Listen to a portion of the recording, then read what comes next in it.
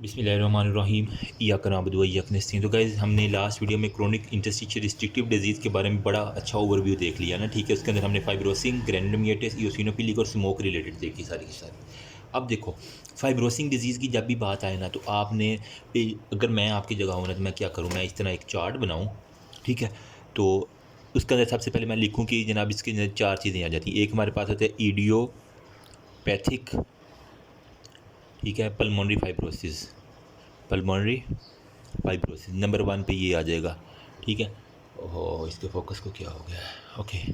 Number 2 पे हमारे पास होता है नॉन स्पेसिफिक इंटरस्टिशियल नमूनिया, ठीक है, नॉन स्पेसिफिक इंटरस्टिशियल नमूनिया। नंबर 3 पे हमारे पास क्या होगा, क्रिप्टोजेनिक ऑर्गेनिक जो होता है ना, वो ऑर्गेनाइजिंग ऑर्गेनिक कह रहा हूँ, ऑर्गेनाइजिंग हमारे पास नमूनिया, ठीक है। ये नॉन स्पेसिफिक था इंटरस्टिशियल, ये हमारे पास होगा क्रिप्टो जेनिक ऑर्गेनाइजिंग नमूनिया। उसके बाद हमारे पास होगा नूमोकोनियोसिस, नूमोकोनियोसिस, ठीक है। नूमोकोनियोसिस स्पेलिंग देख लेना, कोनियोसिस इस तरह करके आता है।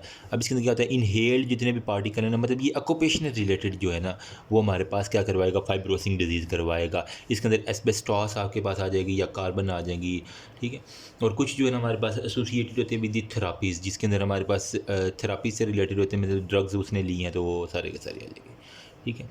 तो अभी तक हमने जो है ना obstructive lung disease, restrictive lung disease, ठीक है। उसके अंदर ऑब्स्ट्रक्टिव के अंदर हमने अगर मैं आपको दोबारा यहाँ पे एक चार्ट बना दूँ ना, ताकि आपको थोड़ा सा डिफ्रेंशिएट हो जाए, फिर हम इनको बारी बारी सबको डिस्कस करते हैं। ऑब्स्ट्रक्टिव चार्ट बना के, मतलब लंग्स डिजीज़ के अगर आपके ऊपर सवाल आ जाए लंग डिजीज़ को, तो एग्जामिनर पूछता है, आपने सबसे पहले पता क्या करना है, आपने कहना है कि सर हमारे पास ऑब्स्ट्रक्टिव लंग डिजीज़ होती हैं, ठीक है, और रिस्ट्रिक्टिव लंग डिजीज़ होती हैं। ये बड़ा इंपॉर्टेंट चार्ट मैं बता रहा हूँ। रिस्ट्रिक्टिव लंग डिजीज़, ऑब्स्ट्रक्टिव के अंदर आपने जो है ना वो जल्दी से बता देनी है, एम्फाइसीमा, ठीक है, एस्थमा, ठीक है, और ब्रोंकाइटिस हो गया, और ब्रोंकियोलेक्टेसिस, ये सारे की सारी ना ऑब्स्ट्रक्टिव लंग डिजीज़ के अंदर आएगा। आई थिंक मैंने पिछली वीडियो के अंदर ना एम्फाइसीमा को रिस्ट्रिक्टिव में कहा दिया, लेकिन ये ऑब्स्ट्रक्टिव लंग डिजीज़ के अंदर आएगा। हो यार इसका, ठीक है। एम्फाइसीमा ऑब्स्ट्रक्टिव लंग डिजीज़ की एक कैटेगरी है। रिस्ट्रिक्टिव लंग डिजीज़ के अंदर क्या आएगा, हमारे पास कुछ होंगे एक्स्ट्रा पैरामिडल, हमने कहा, फिर हमारे कहा कि एक्स्ट्रा पैरेनकाइमल, और हमारे पास था पैरेनकाइमल, ठीक है। पैरेनकाइमल के अंदर फिर हमने क्या कहा था, हमारे पास कुछ होते हैं एक्यूट और कुछ होते हैं हमारे पास क्रोनिक। एक्यूट के अंदर हमने एक्यूट रिस्पायरेटरी डिस्ट्रेस सिंड्रोम देखा। क्रोनिक के अंदर हमने क्या देखना है, फाइब्रोसिस, ग्रेनुलोमा, इओसिनोफिलिक और स्मोक रिलेटेड, ठीक है। तो अब ये जो क्रोनिक है ना, इसको फाइब्रोसिंग के अंदर हमने idiopathic, non specific interstitial pneumoconiosis हो गया, ठीक है। जो ग्रेनुलोमाइटिस है उसके अंदर हमारे पास क्या क्या चीज़ें आएगी, बल्कि यहाँ पे मैं बनाता हूँ ताकि आपको ना एक अच्छा एक रिकॉल हो जाए, ठीक है। यहाँ तक क्रोनिक के अंदर आ गया ना, तो मैं क्रोनिक से ऊपर आपको एक चार्ट बना के देता हूँ। इसको याद कर लेना, आपकी ये सारी की सारी लंग्स पैथोलॉजी बहुत ज़्यादा कवर हो जाएगी। देखो इसको क्रोनिक को मैं ऊपर उठा के ले आया, ये वाला क्रोनिक। इसके अंदर आपने सबसे पहले क्या क्या लिखना है, एक आपने लिखना है जनाब, हमारे पास होती है फाइब्रोसिंग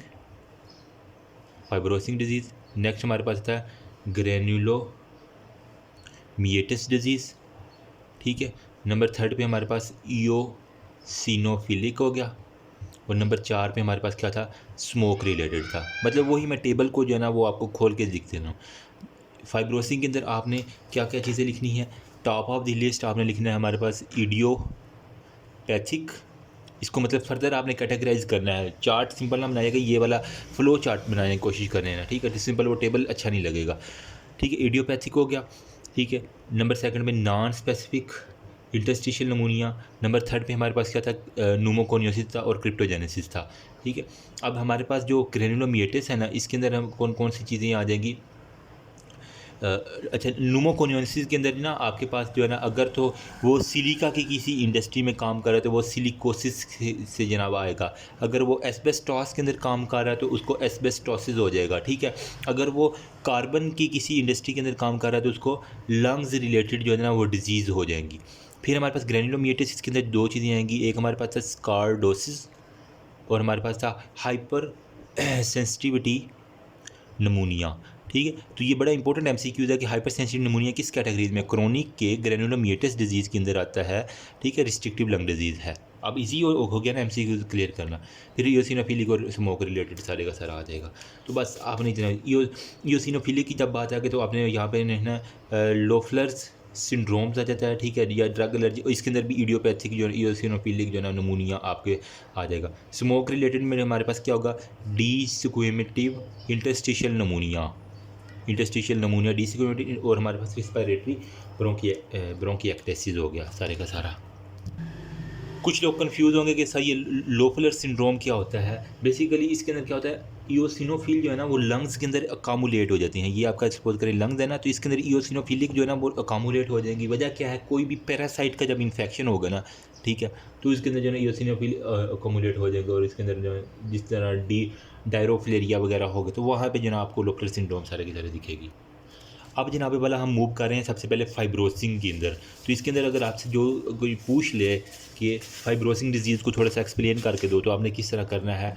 देखो नंबर टॉप पे हमारे पास क्या है, फाइब्रोसिंग डिजीज़। इसको मैं थोड़ा सा इसलिए कहूँ ना, ये इंपॉर्टेंट टॉपिक है ताकि इसके अंदर कोई भी MCQs आज आपका गलत ना हो।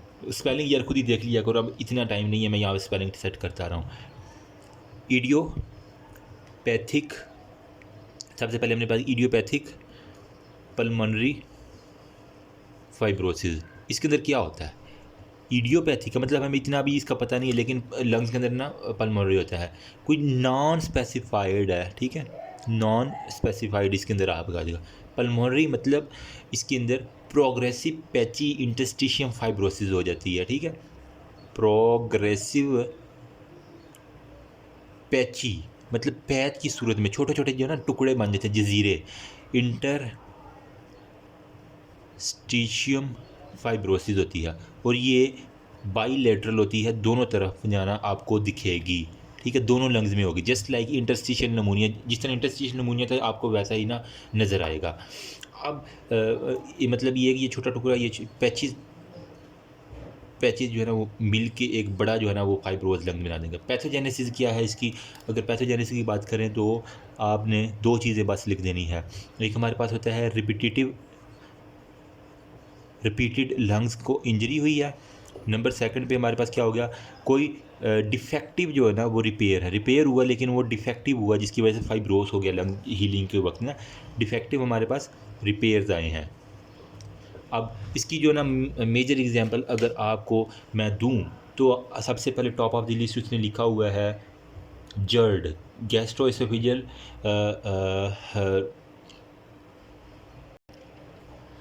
रिफ्लक्स डिजीज़, ठीक है, गैस्ट्रोएसोफेजियल रिफ्लक्स मतलब आपका जो स्टोमिक कंटेंट है ना, ठीक है, वो दोबारा एसोफेगस के अंदर आके वहाँ पे डैमेज कर रहा है। एसोफेगस के साथ साथ एक तो एसोफेगस के ख़राब हो रहे हैं, अभी हमने GIT आज इंशाल्लाह शुरू करनी, मेरा पूरा प्लान है, बस दुआ करें, ठीक है। ये तो एसोफेगस से डिस्ट्रॉय हो रहा है, लेकिन इसके साथ जो आगे ट्रेकिया और वहाँ से लंग्स जा रहे हैं ना, तो जर्ड्स के अंदर कुछ ना कुछ वो भी डैमेज हो जाते हैं, ठीक है। तो इसके अंदर बेसिकली क्या होता है, एसोफेगस के साथ पल्मोनरी टिश्यू का बड़ा डैमेज होता है, और आपको मेडिएस्टिनाइटिस जो है ना उसकी कंप्लेन करता हुआ पेशेंट नजर आएगा, मेडिएस्टिनाइटिस भी उसको होगा, ठीक है। मेडिएस्टिनम क्या होता है, अपर मेडिएस्टिनम जब छाती का एरिया उसको हम अपर मेडिएस्टिनम और लोअर को फिर एंटीरियर, मिडल और पोस्टीरियर मेडिएस्टिनम के अंदर मैंने थॉरैक्स के अंदर डिवाइड किया था। तो उसके अंदर जो पेन है उससे रिलेटेड जो स्ट्रक्चर्स हैं उनके अंदर पेनिंग होगी, तो वो सारे के सारे मेडिएस्टिनाइटिस होगा। नंबर 1 पे हमारे पास जर्ड आ गया, इसकी बात नहीं चाहिए। नंबर 2 पे हमारे पास इन्वायरमेंटल जो होता है वो इन्वायरमेंटल फैक्टर्स वो बड़े इंपॉर्टेंट है। इसके अंदर क्या होता है, स्मोकिंग मतलब वो टपा टप सिगरेट पिए जा रहा है, एस्बेस्टॉस की इंडस्ट्री में काम कर रहा है, सिलिकोसिस सिलिका की इंडस्ट्री में काम कर रहा है, ठीक है, या फिर कोई वायरस या फिर कोई बैक्टीरिया जो है ना वो इसके अंदर रिलेटेड है। नंबर 3 पे हमारे पास क्या चीज़ आ जाएगी, 3 पे वो कह रहा है हमारे पास जो टीलोमरेज है ना उसका लॉस होगा, ठीक है, टीलोमरेज लॉस। अब ये जब इंजाइम की डेफिशिएंसी होगी तो ये क्या करता है, टीलोमरेज सेल की एजिंग को बचाता है, लेकिन जब ये टीलोमरेज का लॉस हो जाएगी, इंजाइम डेफिशिएंसी होगी, तो सेल की एजिंग जो है ना वो बहुत ज़्यादा हो जाएगी, मतलब सेल टाइम से जल्दी बूढ़े हो जाएंगे। जब बूढ़े होंगे तो बूढ़े लोग जल्दी जो है ना अपने अंदर म्यूटेशन ला लेते हैं, तो म्यूटेशन उन सेल्स के अंदर आना शुरू हो जाएगी, जो कि म्यूटेशन एटलीस्ट जो है ना वो एट दी एंड फाइब्रोसिस और स्कारिंग के अंदर कन्वर्ट हो जाएगी। ये था हमारे पास तीसरा पॉइंट। नंबर 4 पे हमारे पास उसने लिखा हुआ है कि MUC5B जीन के अंदर जो है ना वो म्यूटेशन है जी। अब इसके अंदर ये क्या होता है, MUC5B म्यूटेटेड सर्फेक्टेंट एक किस्म का जीन है, ठीक है। सर्फ लंग्स के अंदर क्या होता है, टाइप 2 न्यूमोसाइट जो है ना वो सर्फेक्टेंट बनाते हैं।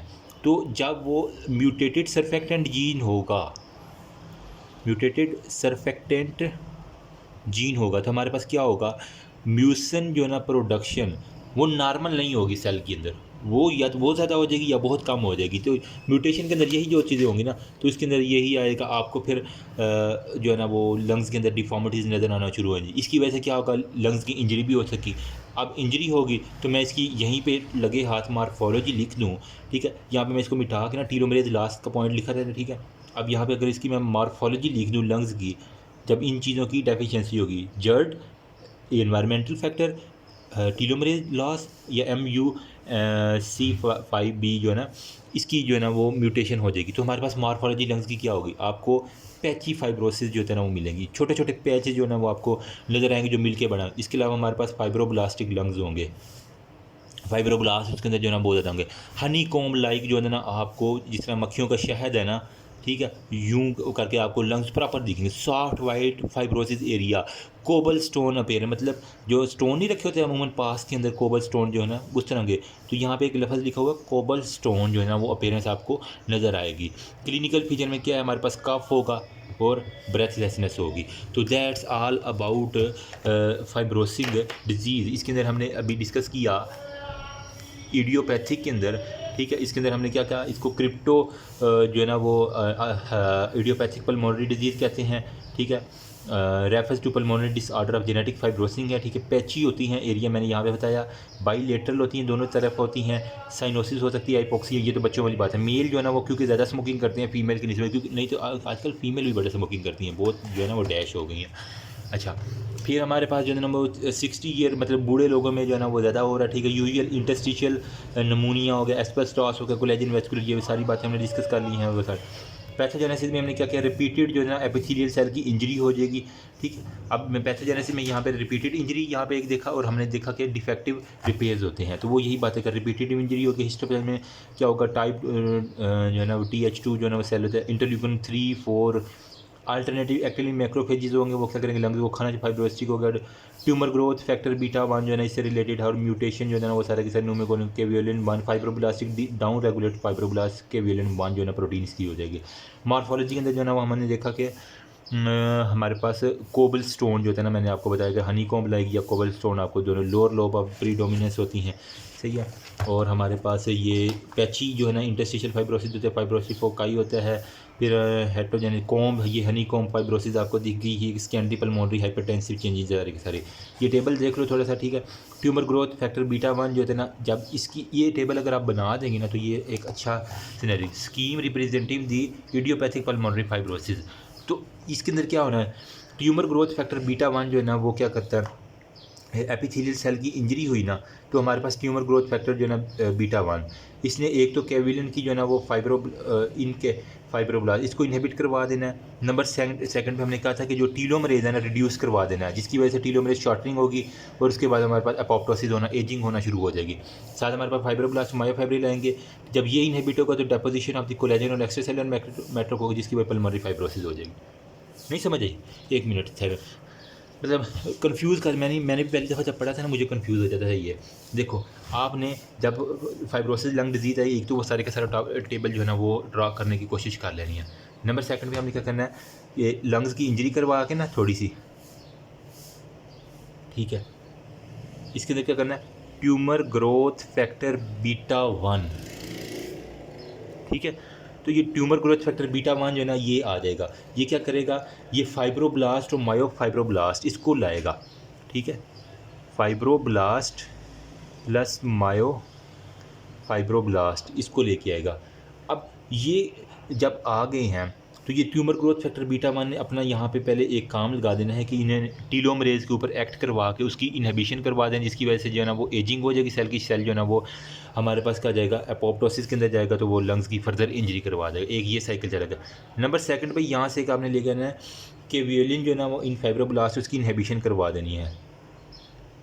केवियोलिन जो है ना वो फाइब्रोब्लास्ट के अंदर उसकी इनहिबिशन करवा देनी, जिसकी वजह से ये हमारे पास यहाँ पे जो डेपोजिशन हो रही थी ना, ठीक है, कोलेजन की, सही है, और एक्स्ट्रासेलुलर मैट्रिक्स से, तो इनकी जो है ना डेपोजिशन को कैविलन ने रोकना है। जब यही ख़त्म हो जाएगा तो हमारे पास ये भी सारे का सारा ख़त्म हो जाएगा, डेपोजिशन टपाटप होना शुरू हो जाएगी, जिसकी वजह से हमारे पास पल्मोनरी फाइब्रोसिस। सिंपल सा चार्ट है, कोई इतना मुश्किल नहीं है। आप इसको जो है ना वो इंपॉर्टेंट भी है, इसको आपको ड्रा करना आना चाहिए, सही है। नेक्स्ट हम ना न्यूमोकोनियोसिस जो है ना इसके बारे में थोड़ा सा डिस्कस करते हैं। Up till now you can है। अब इसके अंदर क्लिनिकल फीचर में IPF मतलब कि हमारे पास इन्फिल्ट्रेटिव जो है ना वो मतलब इडियोपैथिक पल्मोनरी फाइब्रोसिस है ना, ग्रेजुअल ऑनसेट होता है, नॉन प्रोडक्टिव कफ होता है, प्रोग्रेसिव डिस्नी होता है, ड्राई हो गया, और हमारे पास क्रैकल्स, आपको जब आप स्टेथोस्कोप के जरिए सुनेंगे आपको जिस तरह टीबी के अंदर क्रैकल्स नज़र आते हैं ना, वो आते हैं। उसके अलावा हमारे पास साइनोसिस होगा, कार्पल मैनुअल क्या होता है, right side of the heart जो है ना उसका failure, cor pulmonale, peripheral oedema होता है। इसके अलावा हमारे पास सर्वाइवल 3, ये 3 साल या इससे ये ना इससे ज़्यादा नहीं रह सकता वो जिंदा। तो अभी मैं लगे हाथ जो है ना वो आपको एक इसका ना बड़ा इंपॉर्टेंट हमारी दफ़ा जो है ना, आई थिंक स्टैंडअप के अंदर ना हमारे जो HOD से ना वो बड़ा एक क्वेश्चन दिया करते थे। मैं इसको जो है ना यहाँ पे डिस्कस कर देता हूँ। वो कहते थे पैथोजेनेसिस डिस्कस करो, फाइब्रोसिस डिसऑर्डर है IPF मतलब इडियोपैथिक पल्मोनरी फाइब्रोसिस की, ठीक है। तो इसके अंदर क्या क्या आपने लिखना है, इन्वायरमेंटल फैक्टर के अंदर आपने सबसे पहले मेल जो है ना 50+ आपने जो है ना वो एक कंसीडर करने हैं। इन्वायरमेंटल फैक्टर में आप लिखना है इन्वायरमेंटल फैक्टर, स्मोकिंग, ऑक्यूपेशन, ठीक है, कोई वायरल डिजीज़ है या फिर हमारे पास कोई टॉक्सिन है। एज फैक्टर जो है ना वो जो बंदा बूढ़ा होता जाता है तो क्या होता है, टीलोमरेज आपकी जो है ना वो शॉर्टनिंग हो जाती है। नंबर सेकंड पे उसकी म्यूटेशन हो जाती है, जिसकी वजह से एल्व्यूलर जो है ना वो एपिथेलियम आपने कहना है कि बहुत ज़्यादा डैमेज हो जाती है। बार बार जब डैमेज होगी ना तो हमारे पास बॉडी के अंदर जो हमारे पास एक होती है इनेट इम्यूनिटी और हमारे पास एक होती है एक्वायर्ड अडाप्टिव इम्यूनिटी, ठीक है। अडाप्टिव इम्यूनिटी जो है ना इसकी एक्टिवेशन की वजह से क्या होगा, वहाँ पे इन्फ्लेमेशन होगी, इन्फ्लेमेशन की वजह से क्या होगा, ट्यूमर TGF बीटा, ठीक है।